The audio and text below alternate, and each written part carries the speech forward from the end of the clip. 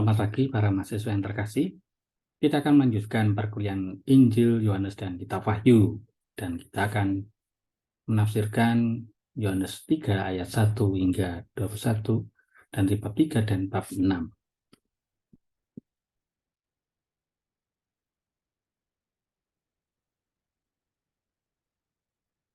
Perjumpaan Yesus dengan Nikodemus. Kisah ini dibagi menjadi dua bagian, yaitu ayat 1 hingga ayat 8 dan ayat 9 hingga 21. Nah, ayat 1 hingga ayat 8 tentang kelahiran kembali dari roh sebagai syarat masuk ke dalam kerajaan Allah. Sedangkan ayat 9 hingga 21 adalah tentang bagaimana atau caranya dilahirkan dari roh, yaitu berkat kenaikan anak kepada Bapa dan turunnya roh setelah anak kembali kepada Bapa. Begitu, orang harus percaya kepada anak. Nah, bagian A mengandaikan adanya pertanyaan Nikodemus kepada Yesus. Bagaimana orang dapat masuk kerajaan Allah?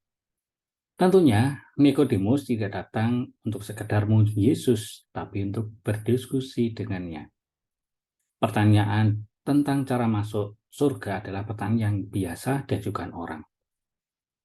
Lalu bagian kedua adalah merupakan jawaban atas pertanyaan Nikodemus kepada Yesus, bagaimana hal itu mungkin terjadi? Ayat 3, ayat 9. Nah, ada beberapa catatan. Nikodemus adalah seorang Farisi, seorang pemimpin orang-orang Yahudi, yaitu seorang anggota Sanhedrin. Bisa dilihat di dalam Yohanes 7 ayat 50 nanti ya. Bahkan Yohanes 3 ayat 10, ia juga seorang rabi atau guru. Rupanya, Nikodemus adalah lambang atau wakil perjanjian lama. Ia datang pada malam hari. Keterangan pada malam hari bukan hal kebetulan saja, sebab keterangan yang sama diulang dalam 1939. Mengapa? Mungkin karena ia takut akan orang-orang Yahudi seperti Yusuf dari Arimatea. Mungkin juga ia tidak suka pertemuannya dengan Yesus diketahui banyak orang. Atau mungkin juga karena malam hari mau melambangkan keadaan jiwanya yang gelap. Bila kemungkinan terakhir ini memang benar, maka ia datang pada Yesus yang adalah terang. Berbeda dengan Yudas yang meninggalkan Yesus, sang terang, ke dalam kegelapan malam. 13 ayat 30. Nah, seperti sudah dikatakan di atas, masuk datangannya tentu serius. Ia ingin berdiskusi tentang bagaimana dapat masuk kerajaan Allah. Dan ia mengakui bahwa Yesus adalah seorang guru yang diutus Allah. Tetapi pengakuan semacam itu tidak cukup untuk dapat masuk ke dalam kerajaan Allah. Lalu Yesus mengajarkan bahwa syarat masuk ke dalamnya adalah kelahiran kembali dari atas, yaitu dari Allah, dari Roh Kudus. Melihat kerajaan Allah sama dengan masuk kerajaan Allah. Melihat berarti mengalami, atau melihat hidup, atau melihat kematian. Nah, di ayat 6, berarti kita dilahirkan dari orang tua kita sebagai manusia kodrati. Sedangkan Roh Kudus akan melahirkan kita menjadi anak Allah. Orang tua kita adalah daging, yaitu manusia biasa, manusia kodrati belaka. Jadi roh akan melahirkan kita menjadi manusia rohani. Anak-anak Allah yang mampu bersatu dengan Allah yang adalah roh. Allah itu roh, dan barang siapa menyembah dia harus menyembahnya dalam roh dan kebenaran. Dengan kata lain, seandainya roh tidak mengangkat kita menjadi manusia rohani, kita yang adalah manusia biasa tidak biasa bersatu dengan sempurna dengan Allah. Nah, Nikodemus tidak mampu memahami ucapan Yesus. Ini kayak Yohanes ya, yakni membuat para pelakunya tidak mengerti, ketidakmengertian. Sehingga Yesus perlu menerangkan lebih lanjut. Dan di ayat 7 dan 8, cara kerja Roh Kudus itu misterius seperti angin. Kita tak tahu dari mana dan kemana ia bertiup. Angin itu tidak kelihatan, tapi dapat dirasakan dayanya. Demikianlah Roh Kudus itu datang kemana, arah mana, namun sungguh hadirannya membawa daya yang sangat luar biasa. Di ayat 9, pertanyaan Nikodemus tentang bagaimana cara dilahirkan kembali. Jawaban Yesus yang sungguhnya atas pertanyaan ini baru kita temukan pada ayat 14 dan sampai dengan 21. Agar kita dilahirkan kembali dari Roh Kudus, perlulah Yesus ditinggikan pada kayu salib dan dimuliakan ke surga. Lalu Roh baru akan turun kalau Yesus sudah tinggikan. Tinggikan bisa berarti digantung pada salib atau dimuliakan di surga. Dalam bahasa Ibrani, kata yang sama dipakai untuk dua perbuatan yang berbeda sama sekali.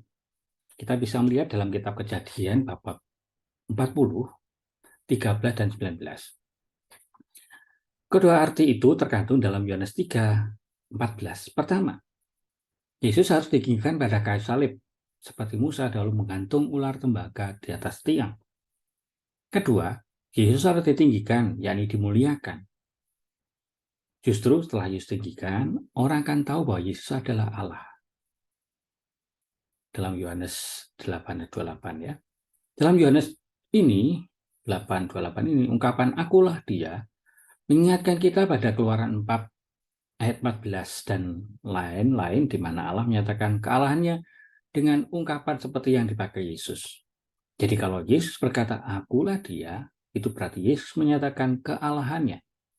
Nah, kealahannya itu baru menjadi jelas setelah ia ditinggikan di surga.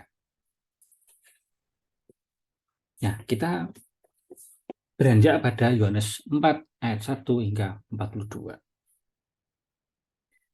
Ada catatan penting dalam air hidup ini ya. Pada ayat 10 Yesus menjanjikan air hidup atau air yang mengalir. Dan menurut Brown, ada dua ciri air hidup yang bisa kita simpulkan dari ayat-ayat ini. Pertama, air itu diberikan oleh Yesus, jadi dibedakan dari Yesus sendiri. Kedua, air hidup itu membawa orang kepada hidup kekal. Jadi, bukan hidup kekal itu sendiri. Ketiga, air hidup itu disebut anugerah Allah. Nah, dengan catatan di atas, marilah kita lihat dua macam tafsiran yang mungkin mengenai air hidup atau mengalir itu.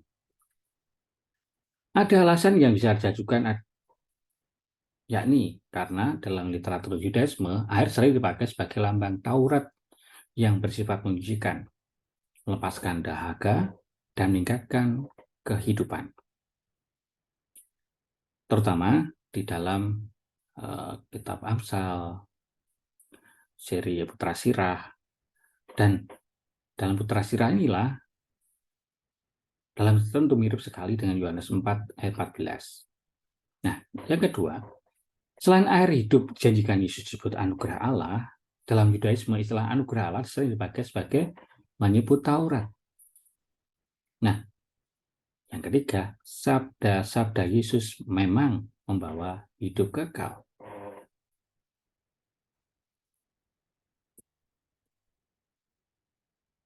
Adapun alasan yang bisa diajukan ada tiga, yaitu dalam teks Yunani ungkapan air hidup secara harafiah berbunyi air yang mengalir, melompat atau mengalir. Dan dalam jatuh cinta, kata kerja helestai, yang artinya mengalir tadi, dipakai juga untuk menggambarkan turunnya Roh Kudus ke atas tokoh-tokoh seperti Samson, Saul, Daud. Nah, Yohanes 4 ayat 10 hingga 14 mirip sekali dengan Yohanes 7 37-39, di mana Yesus menjanjikan air yang akan menjadi aliran-aliran air hidup dalam hati manusia. Dan yang dimaksudnya ialah roh yang akan diterima oleh mereka yang percaya kepadanya. Sebab roh itu belum datang karena Yesus belum dimuliakan. Nah, sedangkan istilah anugerah Allah bisa juga dikaitkan dengan Roh Kudus. Roh dalam Injil Yohanes memang diperlukan agar orang bisa masuk kerajaan Allah atau hidup kekal. Dan Yohanes 4:26 melalui tema air hisab dikaitkan dengan Yohanes 3 ayat 1 hingga 21, yaitu percakapan dengan Nikodemus. Sedangkan bab 4, 28 hingga 39 lewat tema makanan, roti bisa dikaitkan dengan bab 6 yang nanti sebentar lagi kita bahas. Ayat 34, melakukan kehendak Bapa, berarti sama saja menyelesaikan pekerjaan Bapa. Orang datang pada Yesus untuk diajar, dan wanita datang kepadanya, lalu ada para murid dan orang-orang Samaria datang juga berikutnya. Baik, kita lihat dalam Yohanes 6, 25 hingga 59. Ayat 31 hingga 58 atau 59 dapat dibagi menjadi dua bagian besar. Ayat 31 hingga 51a, 51b hingga 58. Keduanya berdasarkan kutipan dalam Perjanjian Lama yang ditafsirkan. Kutipan yang dimaksud adalah Yohanes 6:31. Nenek moyang kami telah makan mana di padang gurun seperti ada tertulis. Mereka diberinya makan roti dari surga. Sedangkan dalam ayat 32 hingga 58, Yesus memberikan komentar atas kutipan tersebut. Notabene, kata-kata yang sering muncul pada ayat 32 hingga 58 ini mengacu pada ayat 31 tadi. Isi homilinya adalah macam-macam aspek dari dimensi misteri roti hidup dari surga ialah siapa yang memberi. Yesus adalah roti dari surga. Dan apa yang diberikan oleh roti hidup kepada orang yang menerimanya.